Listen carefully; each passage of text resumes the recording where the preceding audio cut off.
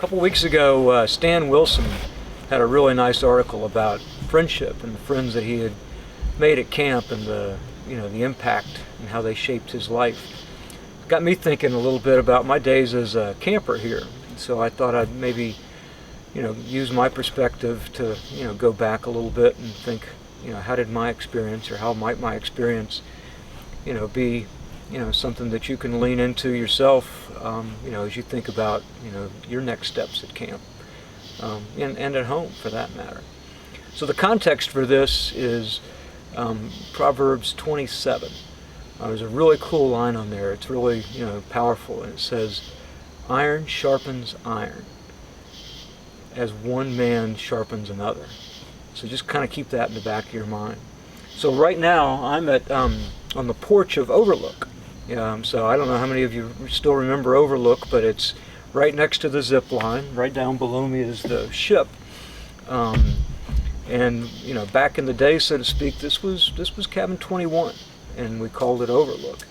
And one of the cool things about it is that it had a porch. Now almost every cabin has a porch, which is really cool. But back then, being in Overlook was a big deal. It was one of those places that when you were the oldest kids in camp, this is where you got to stay. And so that summer of 1973, first session, I was here in Overlook, and almost everybody here, was a little chief. This was our last year as campers before we were getting ready to go off and be junior counselors the year before. And we spent a lot of time on this porch, a lot of time, just, talking. So, there was this one kid I remember, and his name was Parker. And Parker was, he was a big, tall, athletic kid. He was the high school quarterback in his, hometown. And he was such a good athlete. I remember that we had to stop dividing up, for tribal activities between, upper bunks and bottom bunks because, he was a bottom bunk and they always won. So, he was just that good of an athlete. It was a great cabin. We had an awesome time. One of the things we did though that, I regret now, but looking back on it, I understand it some. And we would always have these cut-down wars. You know what I mean, a cut-down war. So we're in the middle of a story, something like that, and you happen to say something that gives people a little bit of an opening, and then somebody else jumps in and, hits a zinger, and, you're like, ooh, wow, that was good, and it was just sort of our parlance. That's just how we, communicated sometimes. So one evening after evening activities, we were all sitting out here on the porch, talking and stuff, and by then we'd been around each other long enough, that we knew each other, and we could leave a mark. Like I said, I regret it now, but that was the way it was. And so I don't even remember who it was or what it was, but somebody just threw down a really good cut down, and all of a sudden Parker just stood up and said, "That's it. That's enough. We're not doing this anymore. It's not fun anymore. We've got to stop this." And then he just started talking about, his feelings and some of the hurt and pain that he had in his life.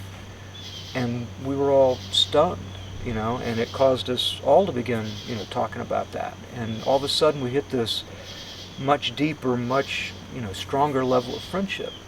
It was really powerful. You could just feel you could feel God's presence for sure, and you could certainly feel the Rockmont spirit just start to, envelop us. After that, the cut-down wars pretty much stopped. We just didn't do them anymore. And if any time, just, you kind of did one, then everybody else would jump in and go, "Sorry, remember, we're not going to do that anymore." Kind of policed ourselves. Like I said, it was really transformative. And it kind of manifested itself in different ways. As a group, we started doing cool things. After counseling on Sunday nights, we would all go down to the lower camp, down to the lodges, and join, those tribes' friendship circles to try to, be, good big brothers, so to speak, and to be good role models. And we took a lot of pride in that. And then we took it on ourselves, and we asked, if we could have some wood and nails, and we went over to the council ring, what's now Deer Camp Council, and we built an entirely new chief's um, platform, and that was really cool. I mean, I think some of it's still standing today at Deer Camp Council. But it was just those kinds of things, and we were even nice to our counselor after that, who was Boomer, who was like a legend, and but you could see how it transformed us. So I think what I'm saying to you today is, when you go home and when you're here at camp, can you be that Parker? I mean, how much guts that took and how much courage that took for him to do that, but at the same time, how transformative that made it. I remember my parents, when I was growing up, they used to say, choose your friends wisely, because you're going to be just like them. And there's like a really cool verse in 1 Corinthians 15, and it says, bad morals corrupt good character, and or bad company corrupts good character, and that absolutely is true. So I hope when you're here and when you're at home, that you'll really try to surround yourself with really good people, and you'll just go deep, and not do the superficial cut down stuff, but to really talk about what it means to be a good friend, and to let iron sharpen iron. Have a great day.